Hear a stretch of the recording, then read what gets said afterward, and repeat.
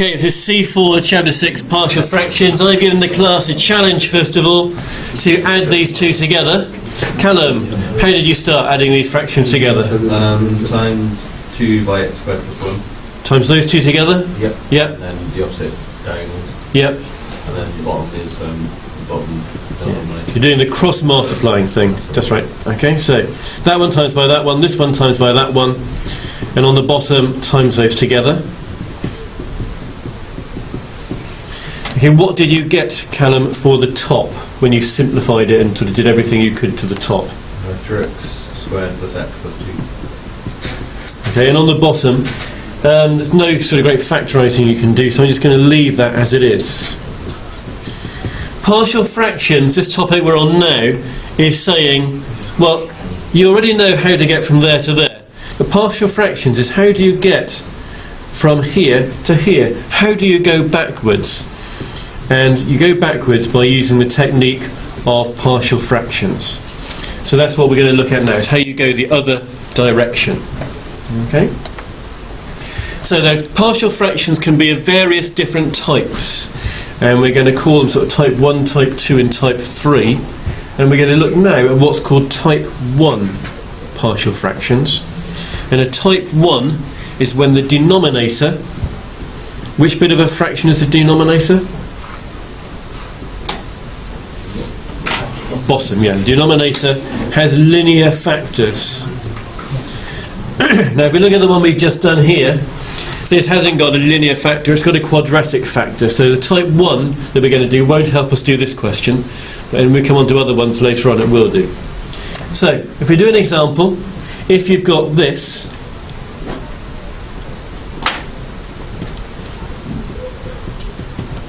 we're trying to convert that into a sum of two different simple fractions added together. So we're aiming to get that looking like this. That's what partial fractions is doing. It's splitting up the result of an adding fraction sum into the two component bits. So if we've got these fractions here, we've got to have something on the top. So we just stick an A there and a B there. And we always use uppercase letters for these.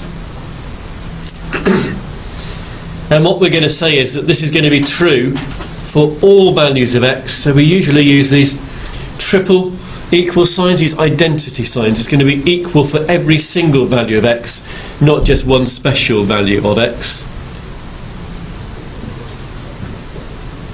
But if I say now, pretend we didn't have this bit on the left and we just had this bit on the right, and I was going to add these together, just as Callum a minute ago added something together, we'll add these together. So Sam, if I was going to add these together, what would I do? X minus 2 times B and A times X minus X plus 4. Yeah, cross multiply. So it's A times by X plus 4 and B times by X minus 2, and on the bottom, what would be on the bottom, Sam? X minus 2 and X plus 4. Yeah. Okay. And I'm going to put those identically equal to signs in there as well. But if you look at it now, the bit that Sam's just given us over here and the bit over here have got identical denominators. Okay? So these two lines here have got identical denominators. So if they've got identical denominators, what do you think that means about their numerators? And they are identically equal to each other. Yeah, so it follows that their numerators are equal. So the next thing we can write down is the numerator here, which is x plus 3, is identically equal to the numerator over here. And now we've just got to find what value of A and B make that statement true.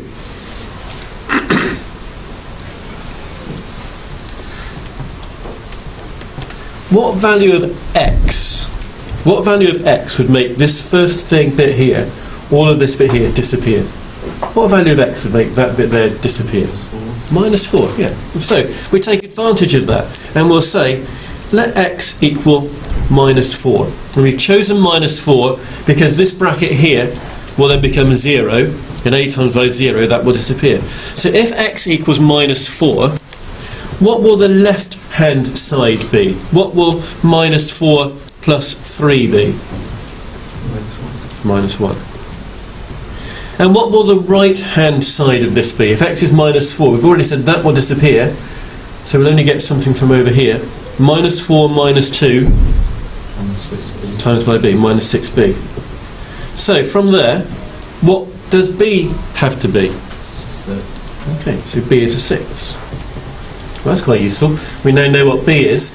What could we do in a similar way then to find out what a will be? And what do you want? Well, X equals 2. let x equal 2. That's actually what we would do. Yeah, we say, what will make the other bracket disappear? And if we put x equals 2, this bracket over here will disappear. What will the left-hand side of my equals be? Yeah, 2 plus 3 is 5. My right-hand side, that will disappear. X is 2. What will this be? 2 plus 4 is 6, that'll be 6a. So what will a be equal to? 5 over 6. So I've actually now got the answer I was looking for, because I can now substitute back this a and this b into what I've got up here. So see if I can keep it all on one screen at the same time. So I've now got that my expression is a over x minus 2 plus b over x plus 4. So what I've done is I've substituted my a and my b into what's at the very top here. Yeah, you don't normally leave it written like that. Yes, you do normally write it down a different way. How would you think you normally write this down? This one here. Sorry? Ooh, decimal's nasty. 5 over 6 of x minus 2. Yes, 5 over 6 of x minus 2. So this number just really does go down on the bottom. And similarly over here, the 1 will stay there, but the 6 really does come down on the bottom. Okay. So we have now changed what I'm writing down over here on the left into that on the right. So this could have been the sum of adding up fractions, and now we've worked out what those fractions were that would have been added up. So we've gone backwards in this process. We were able to split a sum, an answer to a sum effectively, into the two bits that it was. It has to be linear on the bottom. Type 1 is linear, yes. So what we've done here only works when they're linear on the bottom. That's what the type 1 is. You might be wondering why we do this. If I asked you to integrate this, that might be a challenge for you. But if I asked you to integrate this, you should be able to integrate these things. Ian, if you had to integrate this, what sort of things should be flashing up in your head? How do you integrate something like this? Well, you can do them separately. Do them separately, yeah? And you can take the 5 over 6 out, You could take a 5 over 6 out. and then it's just x. So what you're saying now, I think, is you're sort of coming to... You're saying you're changing the question to that for the first bit. And it's just going to be a log. It'll be logs, yeah. Okay, I'm not going to finish it off, but you can integrate that. There'll be a log thing, you know how to do it. You can integrate that bit, there'll be a log thing, you know how to do it. Whereas this one over here, very difficult to integrate, don't know how to do it. So the point of doing this is to get things written differently so that we can integrate them.